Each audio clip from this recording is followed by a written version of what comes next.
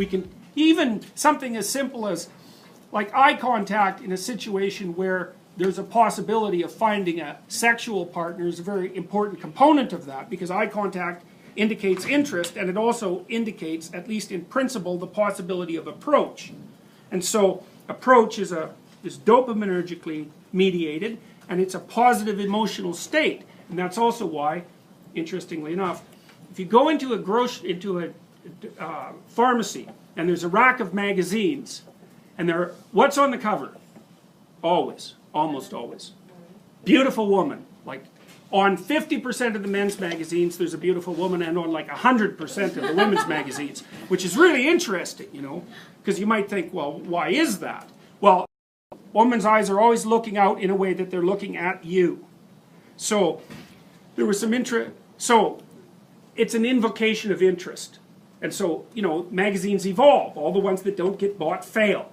And so what's happened is they all converge to the same point. And the same point is the thing that's maximally interesting to a magazine purchaser is a beautiful female face, whether it's male or female. Now on the male side, there's also gadgets of all sorts. So, and that may be because men are more gadget oriented than women. So, anyways. And we also know that, for example, with men, if you show them, this is a funny little study, so you show them the face of a beautiful woman, and her eyes are looking that way, or this way, or they're looking right at him. You can check the activity in the dopaminergic center in a place called the nucleus accumbens, which is the same place that cocaine hits. Face on eye contact, that thing lights up.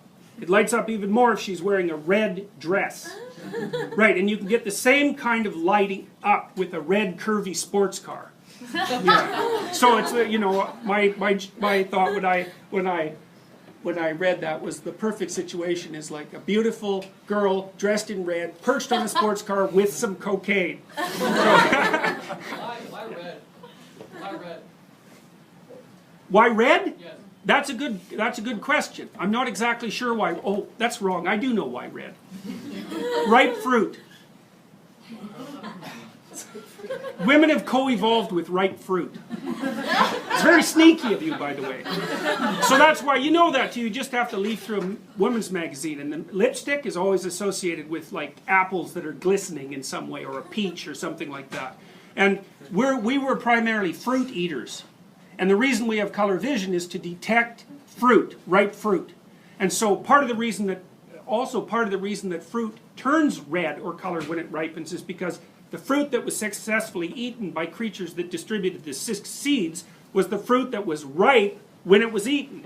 And so as the color vision evolved, maybe there was a red tint for God only knows what reason, then a positive feedback loop developed, and fruit got redder and redder, and at the same time women capitalized on that.